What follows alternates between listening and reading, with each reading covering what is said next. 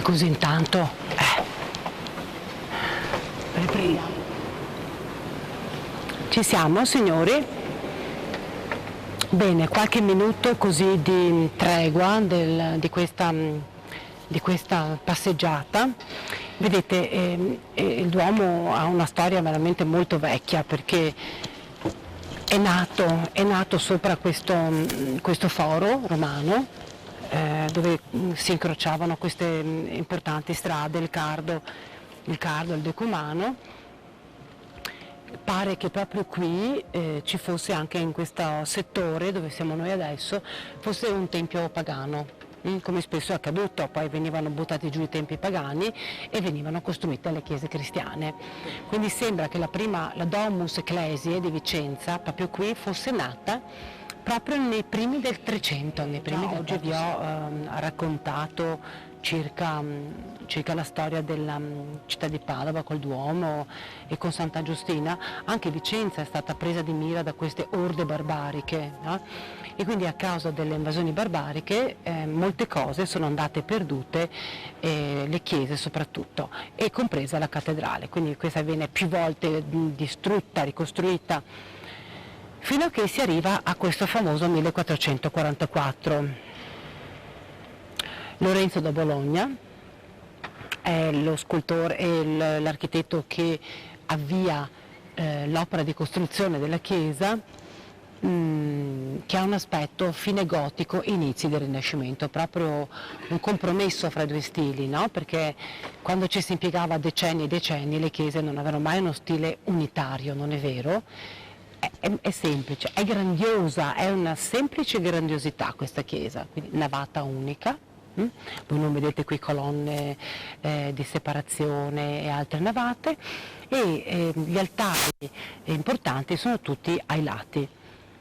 Alcune di queste cappelle erano anche affrescate, ma purtroppo, come ho detto all'inizio, sia per esempio qui la quinta cappella di destra, dove c'è quella tomba, gli affreschi sono andati giù tutti con i bombardamenti, e anche le ultime due cappelle in fondo erano affrescate. Anche questa era tutta affrescata e gli affreschi sono venuti giù a causa dei bombardamenti aerei.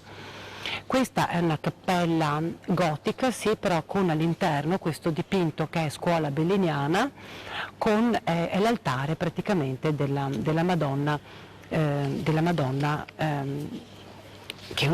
è una delle più belle tele, diciamo, di influsso belliniano, di influsso veneziano, che possiamo vedere, con Sant'Agnese a sinistra e la Vergine con il paesaggio, un trono bellissimo che pare essere quasi una pagoda esotica. E sempre i veneziani hanno interpretato i temi sacri con il paesaggio nello sfondo, mentre i fiorentini cosa facevano? I fiorentini soprattutto indicavano l'edicola, indicavano la lanterna, la nicchia, per rappresentare l'elemento sacro della chiesa.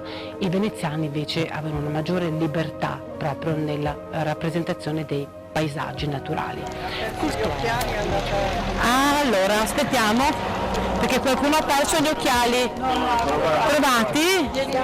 Mamma mia, questo è Sant'Antonio, Sant'Antonio che sempre ci aiuta a ritrovare le cose perdute.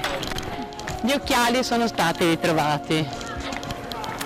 Eccoci qui. Su questo ovviamente non, sulla colonna il Leone di San Marco, sull'altra colonna il Redentore. E già vediamo qui uno scorcio di questo stupendo palazzo che è la Basilica Palladiano.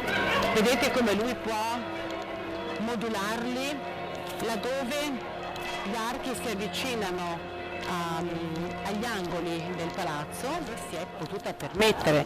Ma questa era comunque propaganda politica, avete capito? Questa è Venezia che gestisce il potere qui, è Venezia che vuole, attraverso la grandiosità, anche dare questa forma. È meno di tutto, è più vivibile, non è vero? Ecco, quindi a destra la Basilica Palladiana, a sinistra ancora Palladio, la loggia Bernarda, che cercare il nostro buon Mariano, che io non vedo. Ci avviciniamo verso il centro della piazza, che così almeno vi posso spiegare, perché se io non lo vedo qui, voi sapete che avrete il pullman alle 7, giusto? ore 19, ci arrivate lì per fare, chi lo sa, magari qualche acquisto. Io lì vedo il signor Mariano in fondo alla colonna, dove c'è la colonna del leone, eccolo lì. Allora ci avviciniamo alla colonna, che magari se lui deve dirvi qualcosa. Qui alla sera si apre il caffè lì sopra, dopo le 6 circa, sì, però per salire bisogna pagare, quindi pagate la consumazione e poi pagate comunque anche l'ingresso alla loggia. Questo è l'ingresso, per cui se qualcuno si vuole togliere lo sfizio di vedersi Vicenza dall'alto, questa è un'occasione.